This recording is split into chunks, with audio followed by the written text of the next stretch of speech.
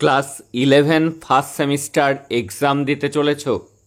English এক্সামের আগে এই ক্লাসটি অন্তত একবার সবাই দেখে যেও, তাহলে এক্সামে তুমি সঠিক অপশানটি চুজ করতে পারবে। আর পরবর্তী সেমিস্টারে কিন্তু তোমাদের লিখিত এক্সাম হবে। সেই ইংরেজি লেখা শিখতে চাইলে চ্যানেলটিকে সাবস্ক্রাইব করে নোটিফিকেশান অন করে রাখো ফর ইয়োর বেটার রেজাল্ট। দেখো, প্রথমে অ্যান অ্যাস্ট্রোলজার্স ডে আর কে নারায়ণের লেখা। ফার্স্ট কোশ্চেন দেখে নাও, সময় নষ্ট না করে। তোমরা তো পড়াশুনো করেছই, নিজেরা আনসার দেওয়ার চেষ্টা করো এবং মিলিয়ে দেখে নাও কতগুলি আনসার তোমাদের ঠিক হয়। The astrologer's professional equipment consisted of. অ্যাস্ট্রোলজারের প্রফেশনাল ইকুইপমেন্ট কোনগুলি ছিল? 1. A square piece of cloth. 2. Palmyra writing. 3. Cowrie shell. অর্থাৎ প্রত্যেকটি কিন্তু তার প্রফেশনাল ইকুইপমেন্ট ছিল, তাই আনসার হবে অল অফ দ্য অ্যাবাভ। দেখে নেব পরের question. The astrologer's forehead was painted with. অ্যাস্ট্রোলজারের কপালটা অঙ্কিত ছিল কিসে? Holy ash and vermilion. দেখে নেব আমরা পরবর্তী question. The astrologer did his work under. কোন গাছের নিচে বসতো সে? আর টামারিন ট্রি, তেঁতুল গাছের নিচে। দেখে নেব পরের question. What fancy name was used by the groundnut seller to sell his goods. Groundnut seller তার গ্রাউন্ডনাটের কি নাম দিত? Bombay ice cream, Delhi almond, Raja's delicacy. Right answer all of this. দেখে নেব পরের question. The astrologer could understand the problem of the customer within. কত মিনিটের মধ্যে অ্যাস্ট্রোলজার বুঝে ফেলতো তার কাস্টমারের কি সমস্যা আছে? উইদিন 5 মিনিটস, মাত্র 5 মিনিটের মধ্যে সে বুঝে ফেলতো। দেখে নেব পরের question. The stranger who challenged the astrologer was. অ্যাস্ট্রোলজারকে যে চ্যালেঞ্জ করেছিল তার নাম ছিল গুরু নায়ক। দেখে নেব আমরা পরবর্তী question. Which one of the following was not one of the professional equipment the astrologer had in his bag. অ্যাস্ট্রোলজারের কাছে প্রফেশনাল ইকুইপমেন্ট কোনটা ছিল না এই অপশানগুলির মধ্যে? অপশান এতে আছে কি? কডিশেল ছিল, আমরা জানি। Square piece of mystic chart আমরা পড়েছি ছিল।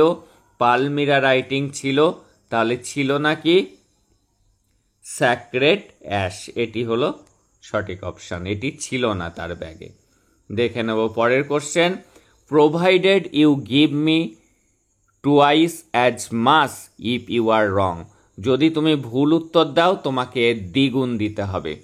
Hair the amount of money refer to by expression twice as much. কত টাকার কথা বলা হয়েছে?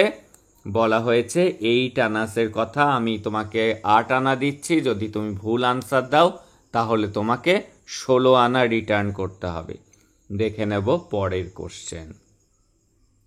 This was a signal for the astrologer to bundle up to. এটা অ্যাস্ট্রোলজারের জন্য একটা সিগনাল, সংকেত ছিল যে এবার তার দোকানটাও গুছিয়ে নিতে হবে। এখানে সিগনাল রেফার্স টু, সিগনাল বলতে কি বোঝানো হয়েছে? The blowing out of the flare by the vendor of nut. Nut vendor তার আগুনটা নিভিয়ে দিচ্ছে।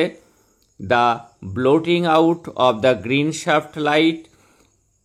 The picking up of the articles and putting them back into his bag of the by the astrologer. The presence of darkness and silence in the place. সঠিক option আমাদের option A. Option এতে রয়েছে কি? The blowing out of the flare by the vendor of nuts.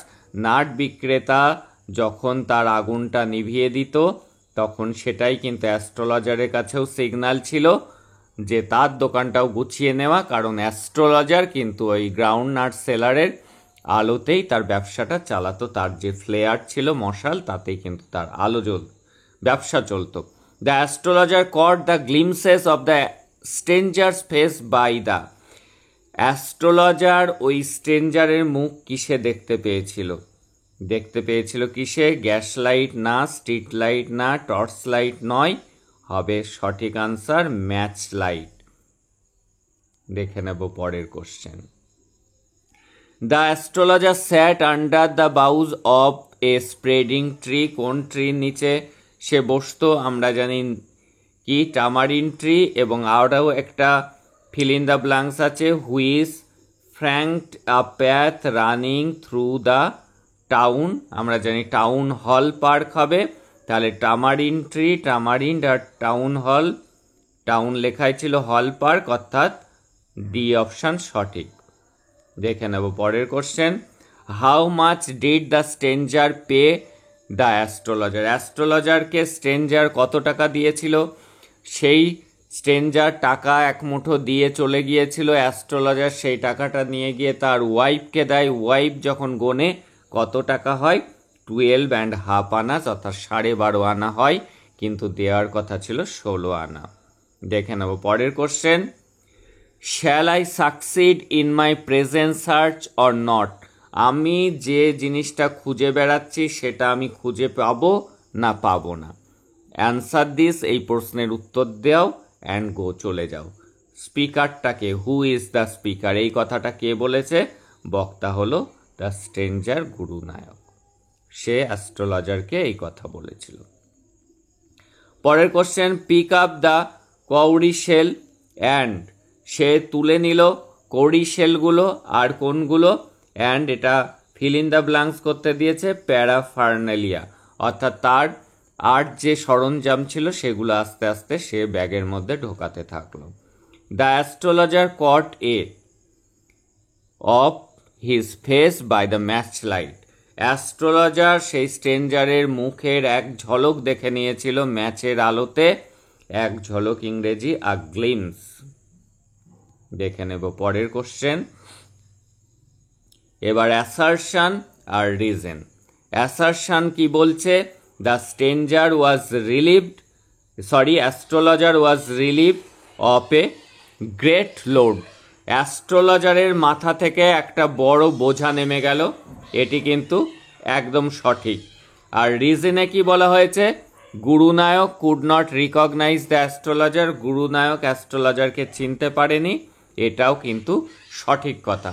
তাহলে এখানে assertion আর reason দুটোই কিন্তু সঠিক হয়েছে। তাহলে প্রথম অপশানে দেখছি অ্যাসারশন কারেক্ট, কিন্তু রিজন ইনকারেক্ট।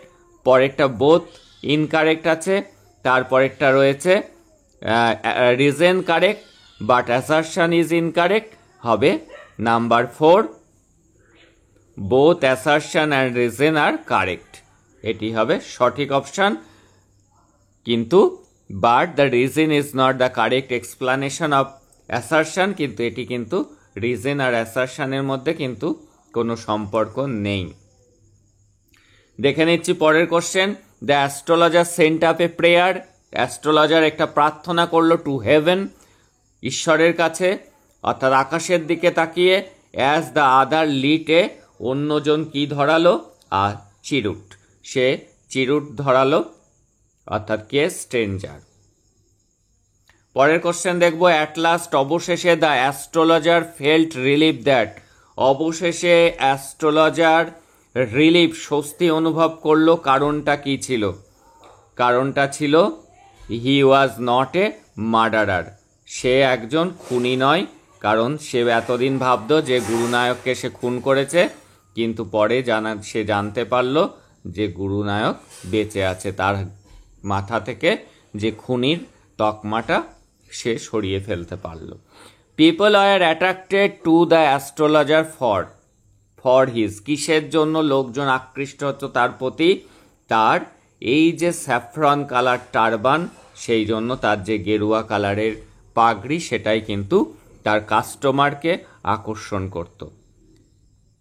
দেখে নেব পরের question. People are attracted to the astrologer.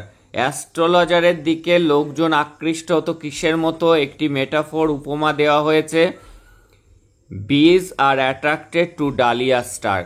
যেমনটা মৌমাছিরা আকৃষ্ট হয় ডালিয়া ফুলের বৃন্তের দিকে, ঠিক সেরকমই কিন্তু লোকজনও অ্যাস্ট্রোলজারের প্রতি আকৃষ্ট হতো।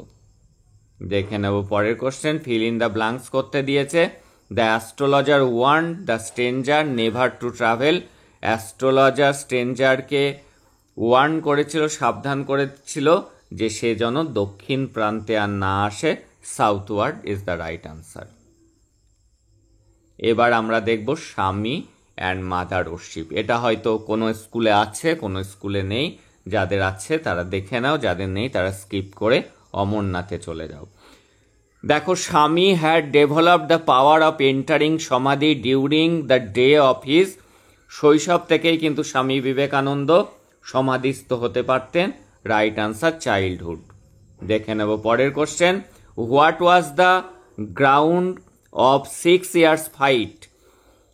That was the ground of my 6 years fight. The ground refer to here. এখানে গ্রাউন্ড বলতে কি বোঝানো হয়েছে? এই কালীকে গ্রহণ করতে কিন্তু স্বামী বিবেকানন্দ 6টা বছর লেগেছিল। তাহলে হবে option A, Swami's determination to become one with the terrible. এই যে মার সাথে একাত্ম হতে কিন্তু তার 6 বছর সময় লেগেছিল, কারণ তিনি এক ঈশ্বরবাদে বিশ্বাসী ছিলেন, মূর্তি পূজায় প্রথম জীবনে বিশ্বাসী ছিলেন না। The person refer to as a brain sick boy. Brain sick boy কাকে বোঝানো হয়েছে? বলা হয়েছে শ্রীরামকৃষ্ণকে। পরের question. Swami Vivekananda became a formal member of. Swami Vivekananda formal member ছিলেন সাধারণ ব্রহ্ম সমাজের। ব্রহ্ম কথার অর্থ এক ঈশ্বরবাদে যারা বিশ্বাসী, তারা অদ্বৈত ফিলোসফিতে বিশ্বাসী ছিল। রামকৃষ্ণ লিভড অনলি, কত বছর বেঁচে ছিলেন? Years after he made Vivekananda over to goddess Kali. যখন তিনি কালীর হাতে সমর্পণ করলেন বিবেকানন্দকে, তারপরে তিনি আর মাত্র 2 বছর বেঁচে ছিলেন, 2 years। পরের question. Vivekananda tried to recognize the mother as instinctively in। Vivekananda এই যে মা কালীকে খুঁজেছেন কিসের মধ্যে? ইভিল, অ্যানিহিলেশন মানে ধ্বংস, টেরর ভয়, তাই অপশান হবে অল অফ দিস।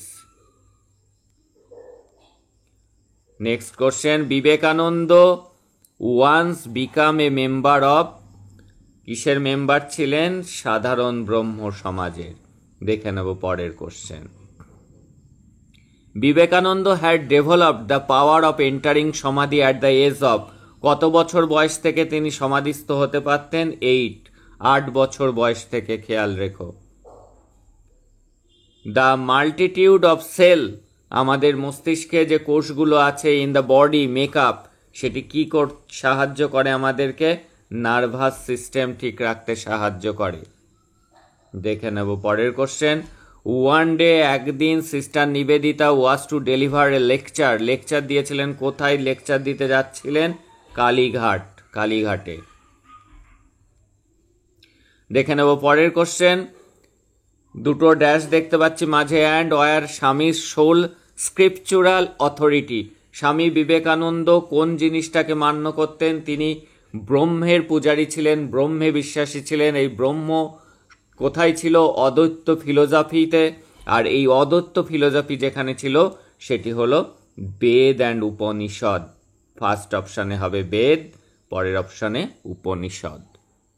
তাহলে কোন কোন জিনিস মনে রাখবে? একটা হলো অদ্বৈত ফিলোসফি। কোন ফিলোসফিতে বিশ্বাসী ছিলেন? অদ্বৈত ফিলোসফি। অদ্বৈত ফিলোসফির কথা কোথায় আছে? বেদ উপনিষদে আছে। আর স্বামী বিবেকানন্দর জীবনের অনলি পার্সপেক্টিভ ছিল ব্রহ্মকে জানা। পরের কোশ্চেন দেখো। According to Swami Vivekananda, god manifest through. ঈশ্বর কিসের মধ্যে থাকে?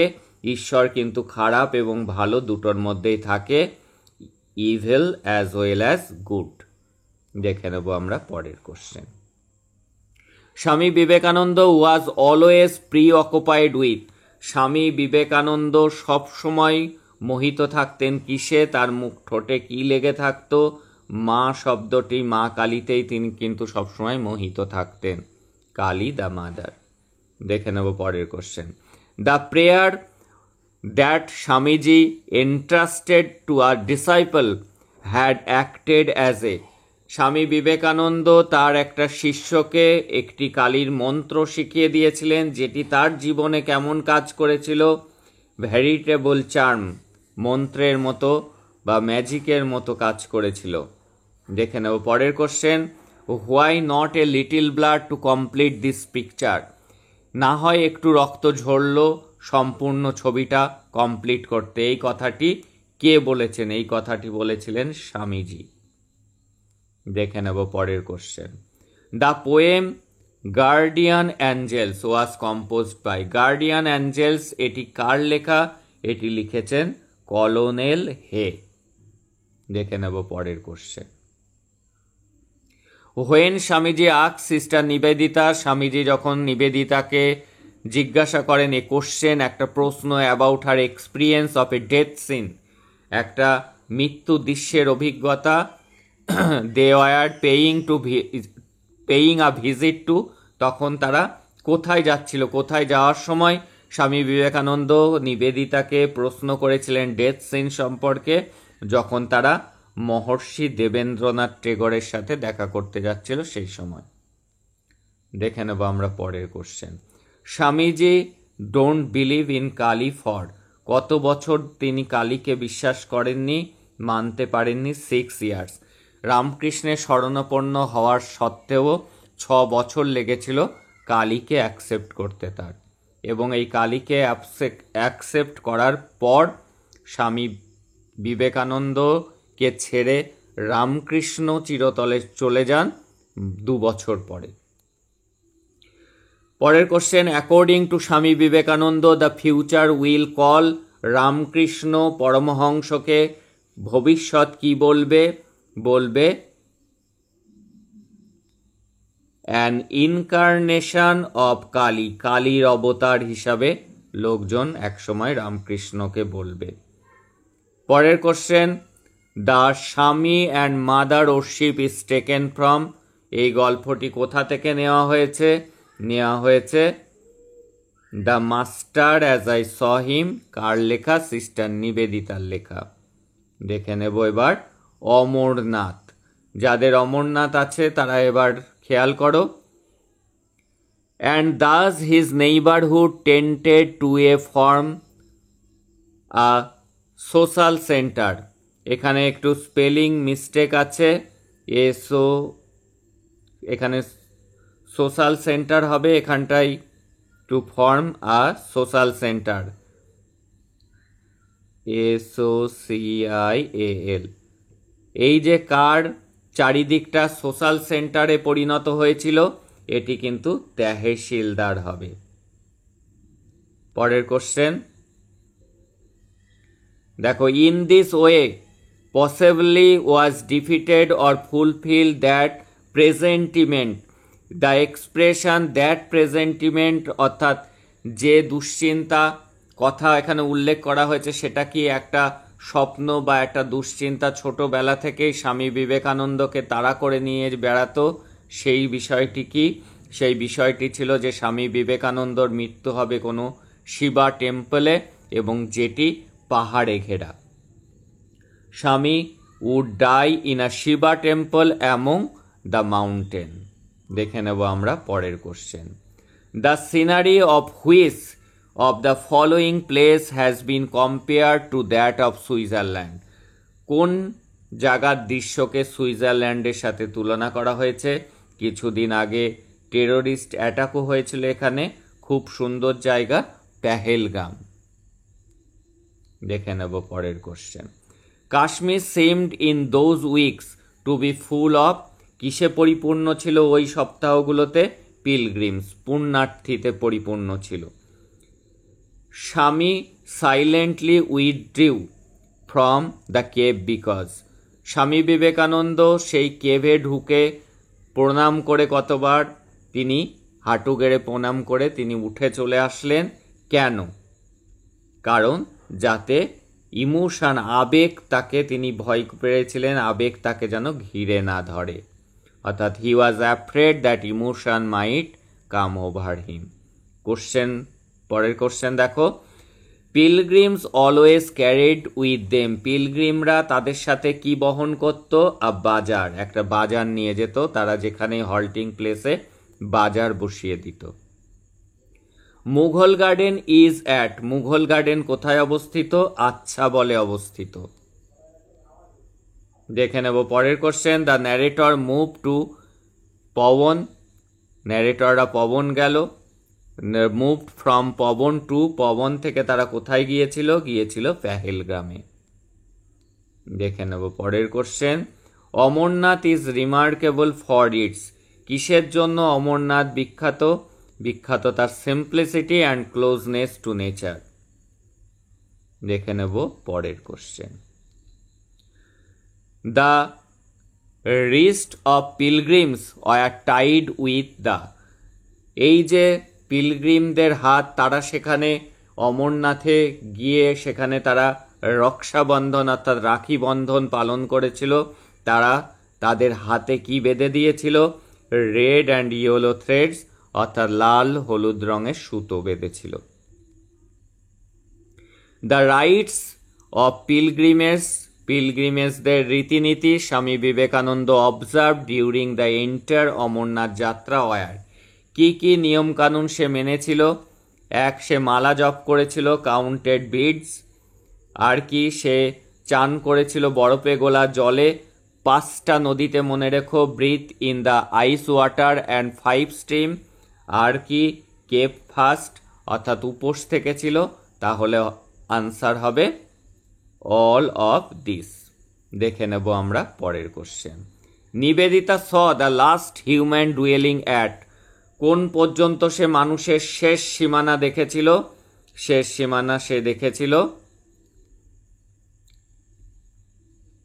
পেহেলগ্রাম। পেহেলগ্রামের পরে কিন্তু আর মানুষের বাস নেই, শেষ সীমানা কিন্তু সে দেখেছিল পেহেলগ্রামে।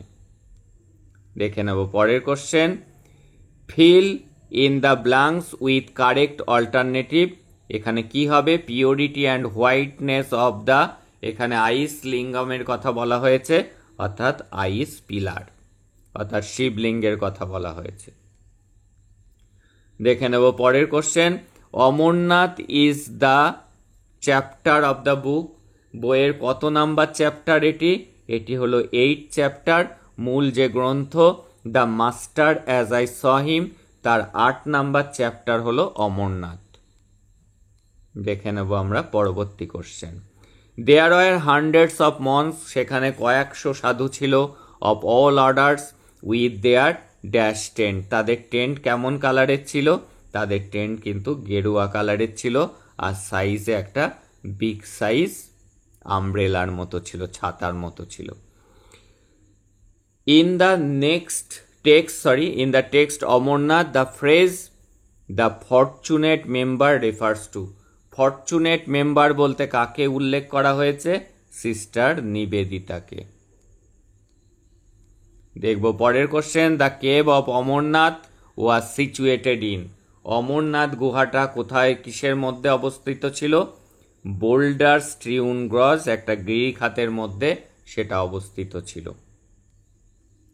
The first day we encamped in a, প্রথম দিন তারা কোথায় ক্যাম্প করেছিল? প্রথম দিন কিন্তু তারা ক্যাম্প করেছিল পাইনউডে, পাইন গাছের জঙ্গলে। দ্বিতীয় দিন কিন্তু নদীর ধারে তারা ক্যাম্প করেছিল, ফ্রোজেন একটা রিভারের ধারে। Pawan was famous for, Pawan কিসের জন্য বিখ্যাত ছিল? হলি স্প্রিংস, পবিত্র ঝর্ণার জন্য। Pahalgam is known as, Pahalgam কিসের জন্য পরিচিত ছিল? A village of the shepherds, এটি মেষপালকদের গ্রাম ছিল। দেখে নেব পরের question, the person who is called anarchism of future, anarchism of future কাকে বলা হয়েছে?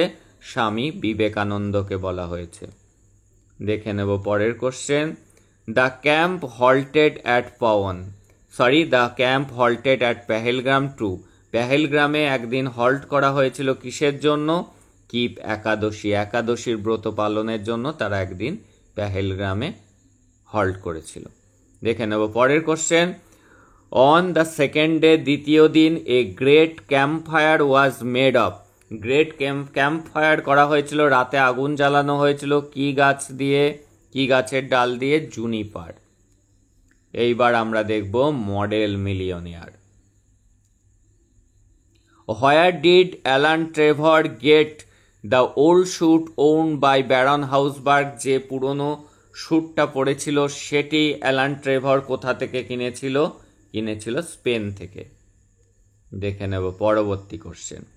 হোয়ার did baron Hausberg deliver a speech? Baron Hausberg কোথায় স্পিচ রেখেছিল? At Hughie's wedding breakfast. হিউইর ওয়েডিং ব্রেকফাস্টে। দেখব পরের question. Alan Trevor was painting the life size picture of a beggar. একজন বেগারের ছবি আঁকছিল, সে ভিখারির ছবি আঁকছিল।